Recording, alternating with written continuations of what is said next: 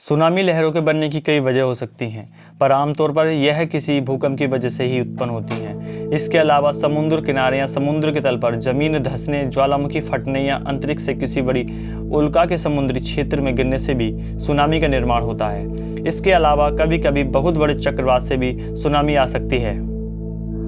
अक्सर ये सुनामी लहरें तट तक पहुंचते पहुंचते अपना असर खो देती हैं, पर किसी बड़े भूकंप के कारण उठी सुनामी लहरें समुद्री तट पर कहर बरपा देती हैं। विडंबना है कि जिस सटीकता से वैज्ञानिक भूकंप के बारे में भविष्यवाणी नहीं कर सकते, वैसे ही सुनामी के बारे में भी बताना मुश्किल है। जब समुद्र तल या सतह पर अचानक हुई किसी बड़ी हलचल के कारण पानी की प्रचंड लहरें किनारे की ओर जाती हैं, उन्हीं लहरों को सुनामी का नाम दिया गया है। सुनामी एक सरल उदाहरण दें तो पानी से भरे टब में अचानक कोई वजनदार वस्तु गिरने या टब को जोरों से हिलाने पर जैसी स्थिति टब में रखे पानी की होती है, वैसी ही स्थिति समुद्र में आए किसी भूकंप के दौरान बनती है। भूस्खलन एक प्राकृतिक आपदा या घटना है जिसमें भूमि क्षेत्र का एक स्थान से दूसरे स्थान की ओर खिसकना या गिरना, पथरीली मिट्टी का बहाव या चट्टान गिरने की घटनाएं शामिल होती हैं।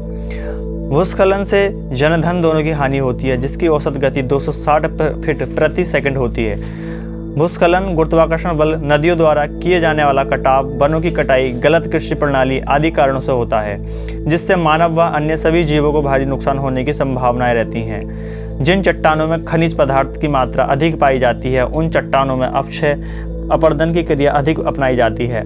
चट्टानों में अधिक अक्षय या अपरदन की क्रिया की वजह से उन चट्टानों में जल की मात्रा अधिक हो जाती है और चट्टानों पर धूप पड़ने पर वह सूखने लगती है और नीचे और खिसकने लगती है। इसके अलावा अक्षय या अपरदन से भूमि कच्ची पड़ जाती है, जिससे उससे भूस्खलन की संभावनाएं अधिक बढ़ जाती हैं। चट्टानों में भूस्खलन का ये प्रमुख कारण है। गुरुत्वाकर्षण के कारण भी भूस्खलन होने की संभावना रहती है। खड़ी और बड़ी चट्टानों में गुरुत्वाकर्षण बल के प्रभाव के कारण इन चट्टानों में भूस्खलन हो जाता है। वनों के अत्यधिक कटाव भूस्खलन का एक प्रमुख कारण है। वनों के अत्यधिक कटाव से भूमि धीरे धीरे कमजोर पड़ने लगती है, जिससे उसमें अचानक या धीरे धीरे मिट्टी का कटाव होने लगता है, जिसे भूस्खलन कहा जाता है। निश्चित क्षेत्र को आंतरिक रूप से प्रभावित कर देता है।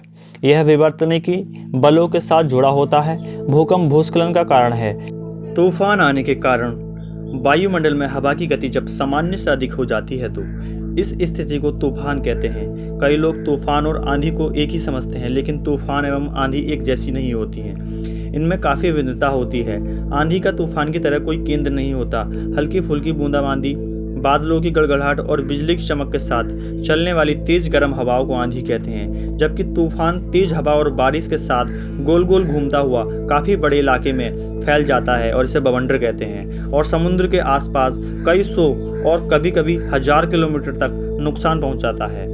तूफान या आंधी प्रभावित क्षेत्रों में भारी भरकम पेड़ गिरने एवं बिजली के तारों के टूटने का डर रहता है, जिससे जान जाने का खतरा रहता है। आमतौर पर तेज हवाओं के कारण कई 1000 किलोमीटर के क्षेत्र प्रभावित हो जाते हैं, जिसके कारण काफ़ी नुकसान होता है।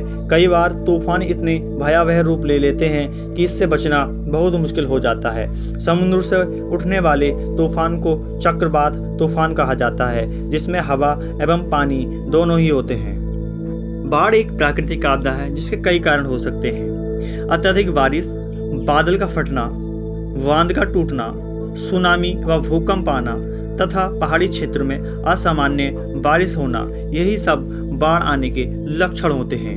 अत्यधिक बारिश लगातार कई दिनों तक हो तो बाढ़ जैसे हालत बंद हो जाते हैं। जलवायु परिवर्तन के कारण मानसून की बारिश का पैटर्न तेजी से चेंज हो रहा है,